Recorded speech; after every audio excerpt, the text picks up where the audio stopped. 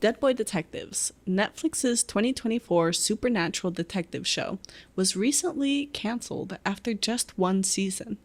And you know what? I'm mad about that, because I love this show, and so did essentially everyone who watched it, seeing that both critics and audiences rated it highly. So, immediately I got to thinking, why? Why did Dead Boy Detectives get canceled?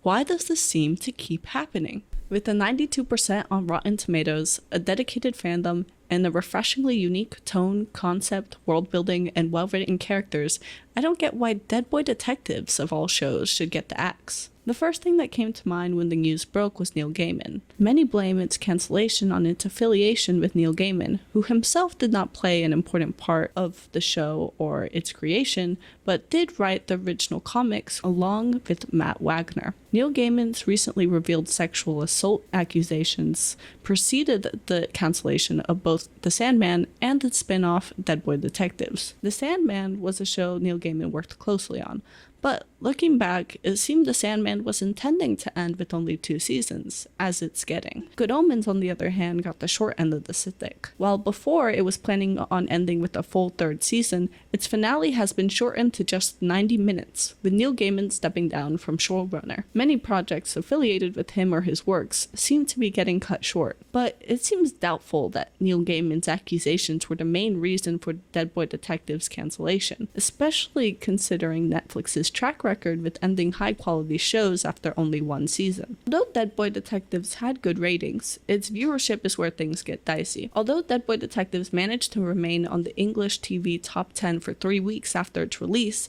it didn't maintain a gain in viewership for very long, and it said that its viewership still wasn't high enough to warrant its high budget, a similar problem to that of The Sandman. Calculating a show's success used to be easy.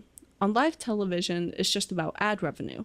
With streaming subscriptions, things are a bit more confusing. Netflix determines a show's continuation based on a variety of numbers. How was the viewership after its release? How long was a significantly high viewership maintained? How long did the show stay in its top 10? Did viewers watch the show all the way through? How quickly did viewers watch through the show? And did the amount of viewership show a good investment when compared to its cost to produce? But here's the thing.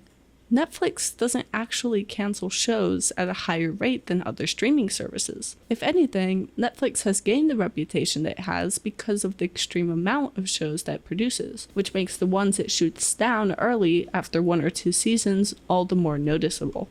Of course, it makes sense to cut out shows that aren't making them money. They are a business after all. But I can't help but think of all the extremely highly rated and beloved shows that would have made it big if they had just been given the space to breathe. Breaking Bad, Schitt's Creek, Parks and Rec, The Office, Community, Game of Thrones, all shows that became sensations in popular culture and would go on to amass amazing viewership, but had unimpressive viewership numbers for at least their first seasons.